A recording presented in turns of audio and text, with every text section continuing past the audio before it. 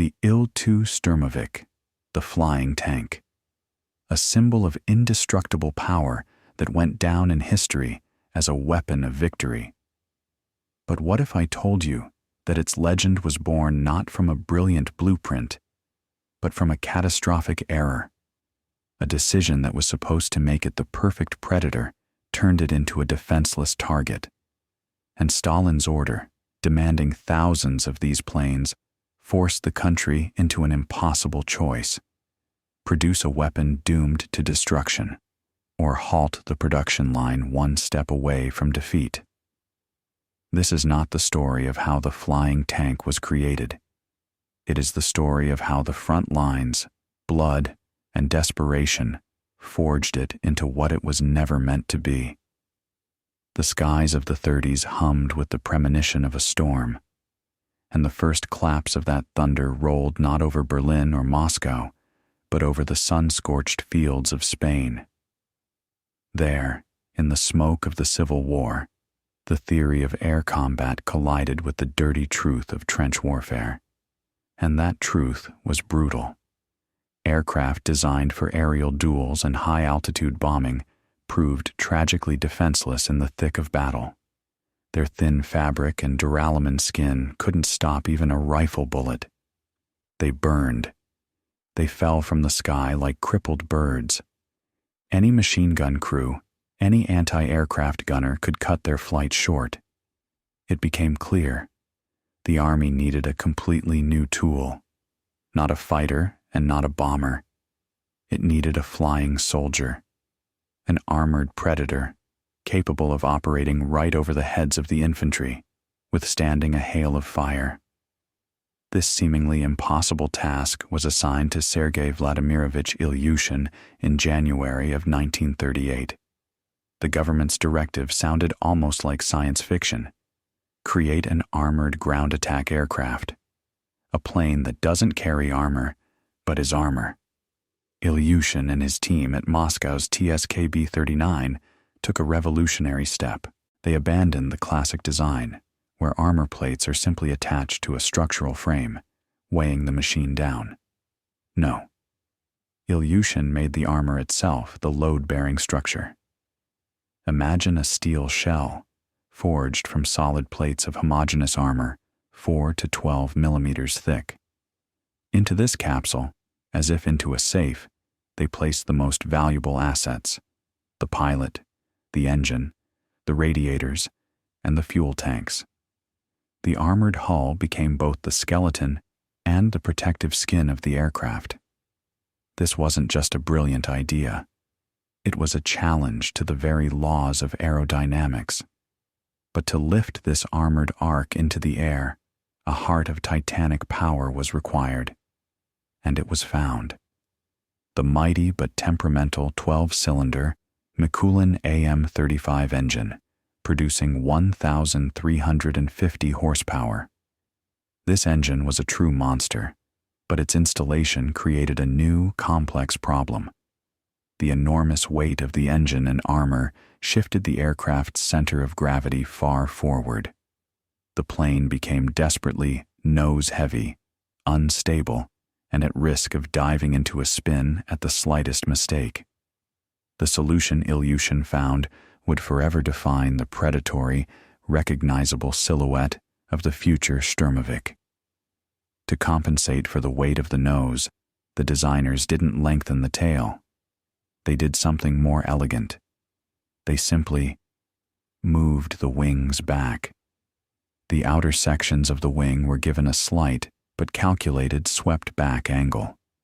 Thus was born the famous arrow wing, an elegant stroke of engineering genius that solved a deadly problem.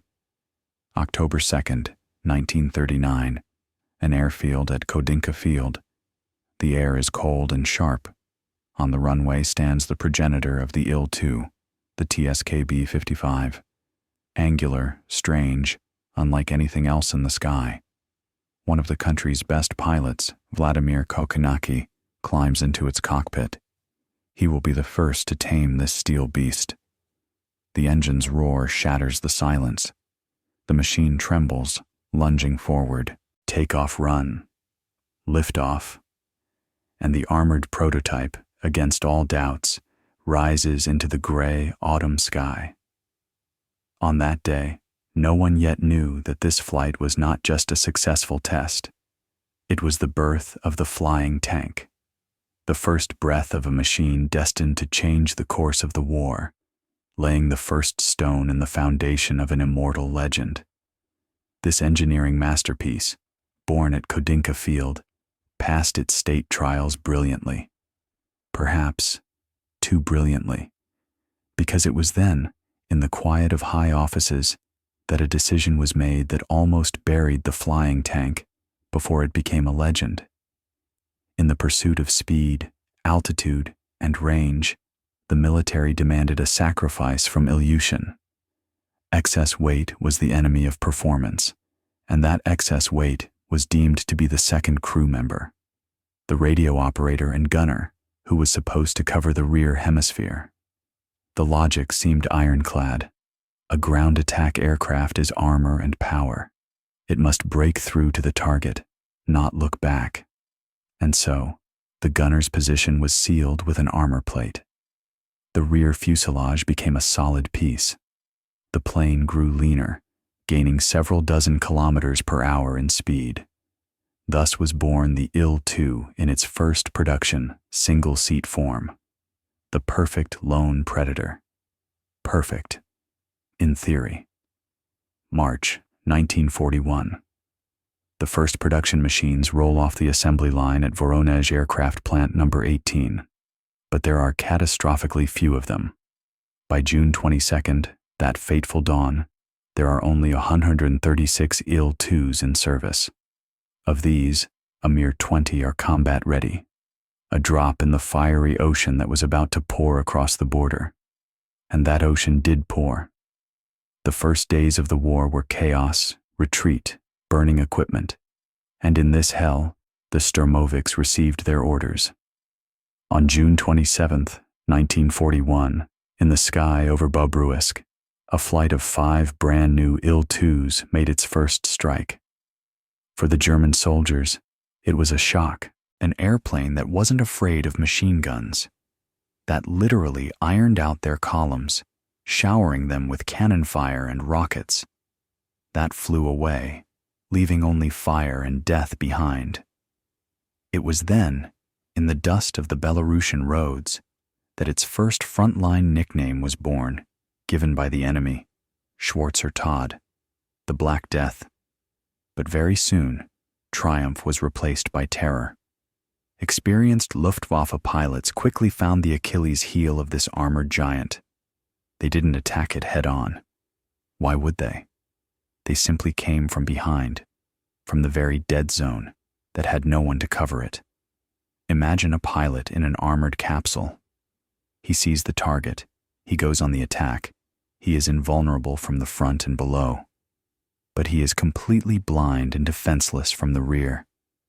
All he could do was desperately throw the machine from side to side, praying that the burst of fire would miss.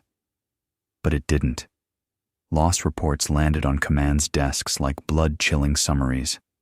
The flying tanks burned, one after another. A brilliant design concept, when faced with reality, had become a death trap. The plane built to survive over the battlefield had become easy prey in the sky. Winter of 1941 arrived. The enemy was at the gates of the capital. The factories, including the one in Voronezh, were being hastily evacuated beyond the Volga to Kuibyshev. Production was practically paralyzed, and from the front came desperate news. There are no Shturmoviks. There is nothing to support the infantry. And then, on December 23rd, a coded telegram landed in the offices of the evacuated factory directors, short but as searing as the freezing wind. The Il-2 aircraft are needed by our Red Army now, as much as air and bread. I ask you not to try the government's patience. I am warning you for the last time. Stalin. This was not an order. It was a cry of desperation, clad in steel, a demand to give the front thousands of planes that, in their current configuration, were doomed. The task seemed to have no solution. How could you simultaneously ramp up production in an open field and radically redesign the machine on which the fate of the war depended? The answer to this question had to be found not in the designer's blueprints. It began to be cut into metal with an ordinary hacksaw, right on the snow-covered frontline airfields. Winter of '42. The icy wind on the field air bases chilled both metal and soul. The answer to the question posed by Stalin did not come from the design bureaus. It was born here, in the frozen hangars, amidst the smell of gasoline and desperation. Frontline engineers, recent graduates, and grizzled aircraft technicians who remembered the plywood farmans of old were doing the impossible. They picked up hacksaws, and they cut. They cut through the armored skin behind the pilot's cockpit, carving a window into the plane's defenseless back. This was not a modification. It was an act of desperation. A Shikaz or UBT machine gun was mounted on a primitive turret, and the gunner's seat was taken by a man for whom there was no room in Ilyushin's brilliant armored hull. Nothing protected him, not a millimeter of steel, only a thick sheepskin coat and his own luck. He was a suicide gunner, whose only job was to give the pilot a few extra seconds of life, snapping back with fire at the face of a Messerschmitt. More than 1,200 of these crude, hunchbacked planes took to the sky that winter. Every one of their sorties was an act of self-sacrifice, and this silent cry for help, this chatter of machine guns from hastily cut holes, was heard. And while this unofficial technical specification was being written in blood and desperation at the front, thousands of kilometers away, in the Trans-Volga steppe, under the open sky, an industrial giant was being born. Aircraft factories. Number 1 and Number 18 were evacuated here, to Kuibyshev. Trains with equipment were unloaded directly in an open field, and the machines began to work even before the workshop walls were built over them. The main force of this industrial miracle was them, 20,000 women, yesterday's schoolgirls, housewives, teachers. Their hands, accustomed to sewing and domestic comfort, now handled cold metal, assembling wings and fuselages.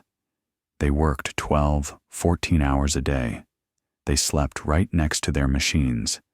They forged victory in icy workshops where the temperature never rose above freezing. But even their heroism faced an insurmountable obstacle. Metal.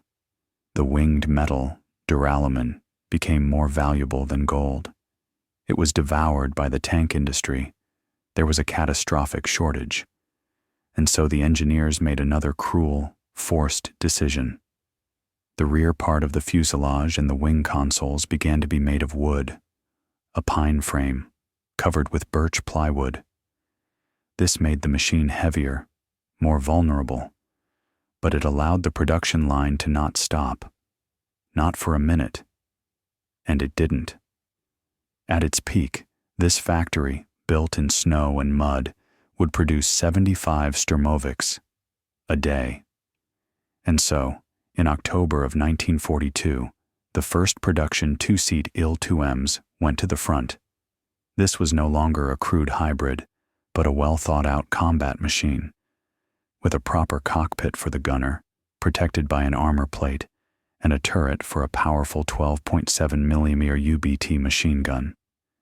This was the factory's answer to the soldier's cry, a symbiosis of soldiers' ingenuity, born in battle, and an inhuman labor feat on the home front. The original design of a genius constructor had been tested by fire, corrected by blood, and embodied in metal and wood by the will of an entire nation. Now the Black Death had a seeing, stinging back of the neck. The legend had taken its final, deadly form. Ahead lay Stalingrad and the Battle of Kursk. Summer of '43. The air smells different now, no longer of the bitterness of retreat, but of dust, hot metal, and the coming, decisive battle. The Stalingrad pocket had cooled the Wehrmacht's self-confidence, but had not broken it. Onto the fields near Kursk, Germany threw the best of its engineering genius: new predators, tigers, and panthers, heavy, thick-skinned monsters whose frontal armor seemed impervious to everything in the Red Army's arsenal. Even for the reborn, two-seat Il-2, this was a new challenge. Its VY-23 cannons and rockets, which had terrorized armored personnel carriers and light tanks, were almost powerless against this steel wall. The Shturmovik could circle a tiger for hours, showering it with lead, but at best, it would only scratch the paint and damage the tracks. They needed not just a new projectile, they needed a new principle, a key to the Achilles heel of the armored beast. And that key was found. It looked ridiculously simple. A small bomb weighing just 1.5 kilograms. The PTAB, an anti-tank air bomb. It didn't explode in the conventional sense. It burned through. Inside this unassuming metal casing was the genius of physics, a shaped charge. Upon impact, all the energy of the explosion was not dispersed, but focused into a single point, forming a thin, superheated jet of metal at thousands of degrees. A needle of plasma, traveling at 10 kilometers per second. This needle didn't penetrate the armor. It vaporized it, and it pierced the tank through and through, turning the fighting compartment into a blazing inferno. But the main thing was not this. The main thing was the idea. Why assault a steel wall head-on when every fortress has a vulnerable roof? The thinnest armor on any tank is on top, dozens of millimeters versus hundreds.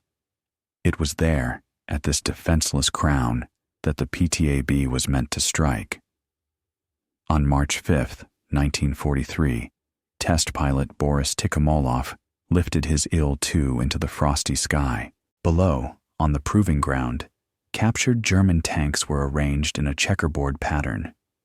In his plane's bomb bays were not 4 heavy 100-kilogram bombs, but cassettes packed with hundreds of these small, deadly carrots. One pass, one drop. When the smoke cleared, the commission on the ground gasped. The result exceeded the boldest expectations. The tanks, standing dozens of meters apart, were burning.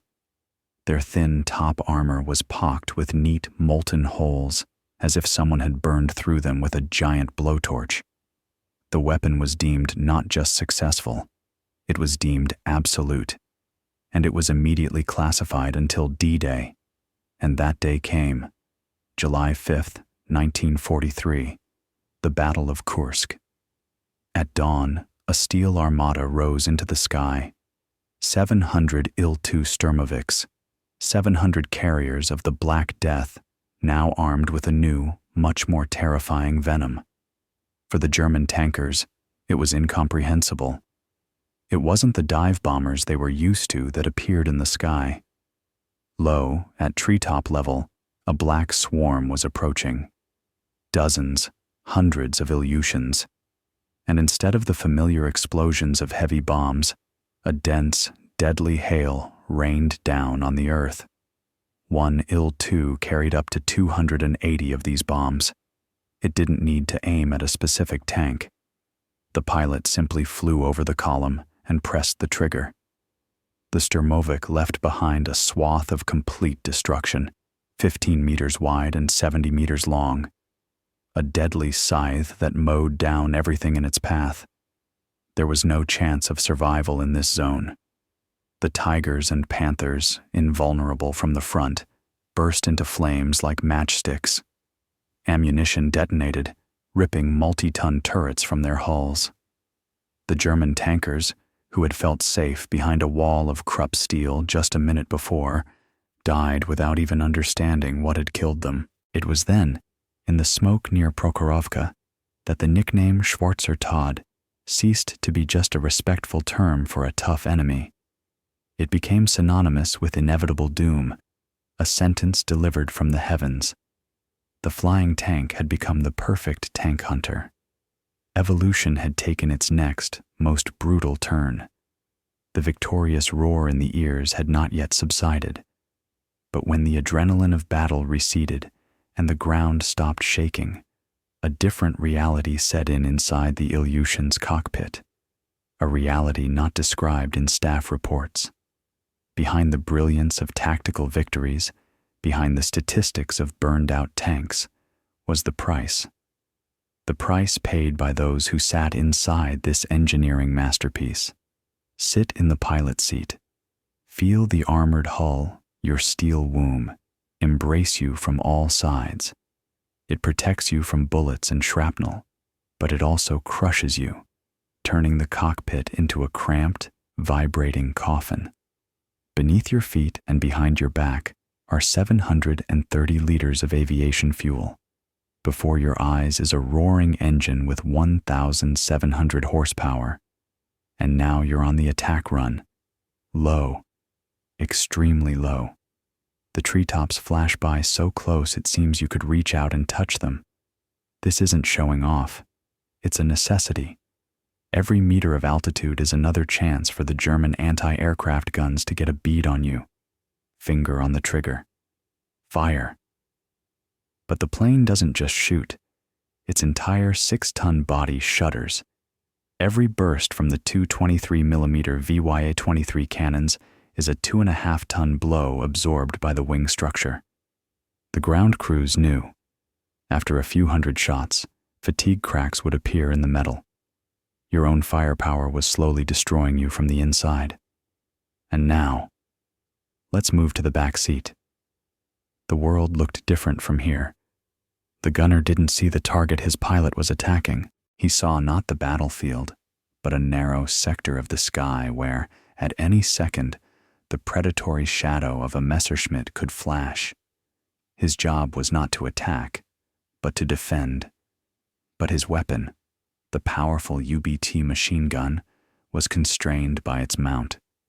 He couldn't depress the barrel low enough, leaving a blind, dead zone below and behind the tail. A loophole for an experienced ace, which every gunner could feel on his skin. He was a sentry, blindfolded, and told to guard a fortress, listening to the whistle of the wind. But the greatest fear was not born at 6,000 meters, where the fighters roamed. It lurked below, the fire of small-caliber anti-aircraft artillery.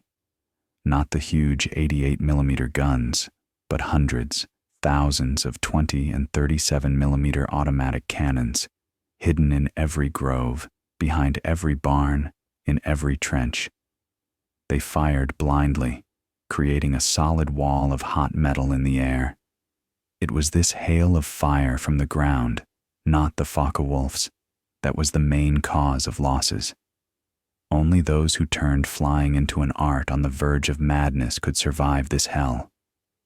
People like Talgot Begeldinov, who flew 305 combat missions, or Anna Timofeyeva Yegorova, one of the few women to tame the hunchback. Their memoirs are not filled with bravura marches, but with the dry, terrifying truth of punctured oil coolers, severed control cables, and friends who didn't return from the same kind of flight 5 minutes ago. And when the worst happened, when the machine lost control and entered a flat spin, a death sentence for a heavy attack aircraft, insane instructions were born, whispered from veterans to rookies. This wasn't in the flight manuals. This was frontline ingenuity bordering on mysticism. If nothing else works, fire a salvo of rockets, all at once. The theory was simple.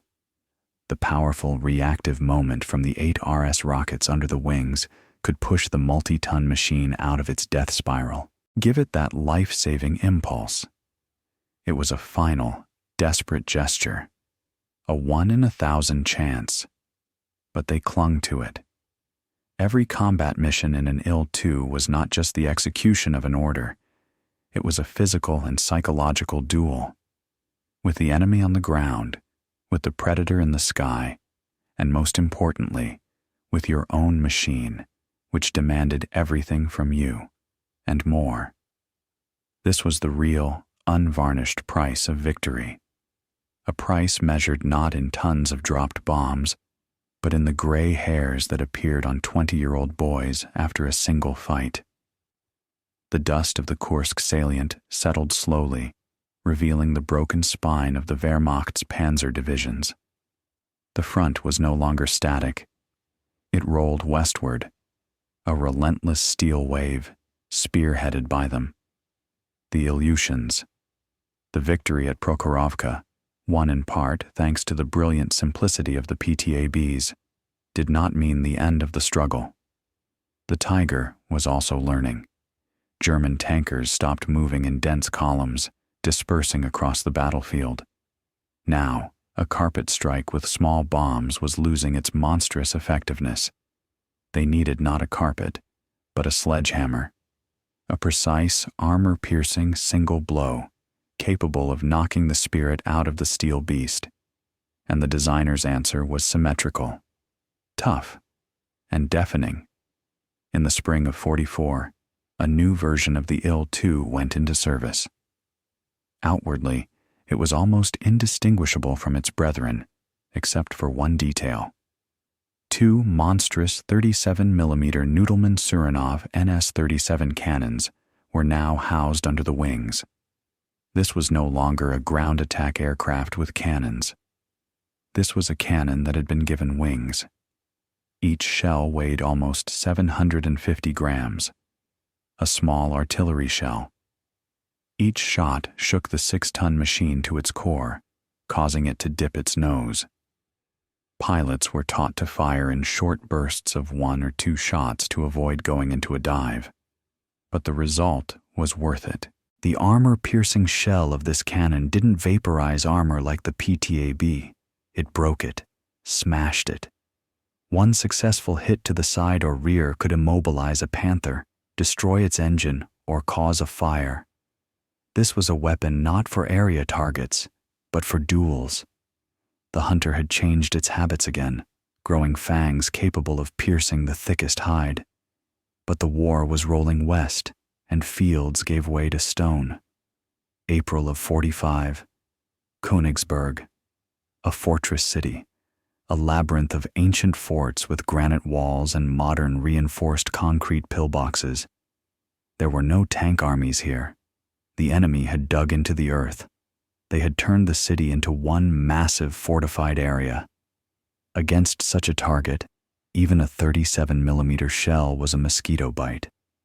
Heavy bombs could level a city block, but were powerless against the meters-thick ceilings of the forts. They needed not just an explosion, they needed a battering ram. Then the Ilyushin once again looked into its arsenal, and it pulled out a weapon that had until then been considered secondary. Rockets. But not the light RS-82s, but their big brothers, the RS-132s. A 132mm rocket with a 20-kilogram warhead. This was no longer ground attack in the usual sense. This was the work of an aerial sapper. The pilot flew the plane not at a column, but at a specific embrasure, a specific wall, a salvo. 4 fiery spears shot from the launch rails. They weren't highly accurate, but at a range of a few hundred meters, they were sure to hit. The impact of such a projectile against a pillbox wall didn't just pierce it, it shattered it. The monstrous kinetic energy and subsequent explosion crumbled the concrete, scattered the masonry, and the garrison inside was killed by the shockwave alone. The Shturmovik had become a high-precision flying artillery piece, prying open impregnable fortresses like tin cans. May of '45. Berlin had fallen. It seemed the roar of the AM-38F engines should have faded forever into the victory salutes. But for the flying tank, one last battle remained. One last theater of war. August 1945. Manchuria. The defeat of the Kwantung Army. Here, on the hills and in the valleys, against Japanese fortified areas and cavalry, the Hunchback flew its last combat missions in its long, bloody biography. It began the war as a raw, imperfect prototype. It went through fire and retreat, through agonizing rebirths and brilliant insights. It learned to burn tanks, crush pillboxes, and defend itself. Now its work was done. Its evolution was complete. The steel fist unclenched, having done its job to the very end. And then, silence. A deafening, unfamiliar silence that replaced the roar of 36,000 engines. The story of its brutal evolution was over. The war that had spawned it had ended. What now to do with this steel fist that no longer needed to be clenched? At first, it seemed its era was not over. A few hundred machines still served under new markings, in the skies of Poland, Czechoslovakia, Yugoslavia. Like an old, decorated soldier, allowed to serve out his term in a peaceful garrison. But a new era was dawning on the horizon, an era of whistling turbines and swept-back wings, the age of piston engines, the age of brute force and armor, was fading into the past with a deafening roar, and yesterday's hero had become a burden, a relic, heavy, slow, and unnecessary. And then began the great forgetting. Thousands, tens of thousands of Ilyushins went not to museums, but to the smelters. Their armored hulls, which had withstood hundreds of hits, were cut open with blowtorches. Their wings, which had carried death and victory, were ruthlessly chopped up for scrap metal. The most mass-produced combat aircraft in history had virtually disappeared from the face of the earth. It paid for a decade of glory with decades of oblivion. It seemed its history had dissolved in the open hearth furnaces, but not all of them. Some remained where fate had left them, in nameless Karelian lakes, in impassable Pskov swamps, capsules of pain and valor, frozen in time. And decades later, other people came looking for them, not pilots or designers, searchers. What they brought to the surface was not just a pile of rusted metal, it was a ghost. And then began the second, no less important battle. The battle for memory. Years of painstaking work, searching archives for original blueprints, recreating lost parts piece by piece from a single photograph. This was no longer assembling an airplane. It was the restoration of a soul. And then one day, it flew again. Its lonely silhouette in the sky today is not just a demonstration of vintage technology. It is a living memorial. In the guttural roar of its engine is the voice of its designer, Ilyushin. In the glint of its canopy is the memory of the thousands of women and teenagers who assembled it on the home front. And in every movement of its ailerons is an echo of the boundless courage of those 20-year-old boys who led it into the attack. The flying tank, resurrected from oblivion, to prove that true greatness is not the ability to sow death, but the gift of achieving immortality in the memory of generations. We have followed the path not just of an airplane, but of a living organism born of steel and desperation. Its brutal evolution was written not so much on blueprints, but in the blood of its pilots and the sweat of the workers on the home front. This is the story of how a brilliant idea, when faced with reality, was forced to become imperfect in order to earn the right to victory. But what is a machine in the hands of a human? Just a tool, cold metal, subservient to will? Or does it become something more? A mirror, reflecting all the horror and greatness of its creator. The memory of this machine and its people is alive as long as we speak of it. Share your thoughts in the comments. Perhaps in your family's history, there is also a flying tank, a symbol of unbending will. If this story resonated with you, support it with a like and subscribe to the channel so we can continue to resurrect great stories from oblivion.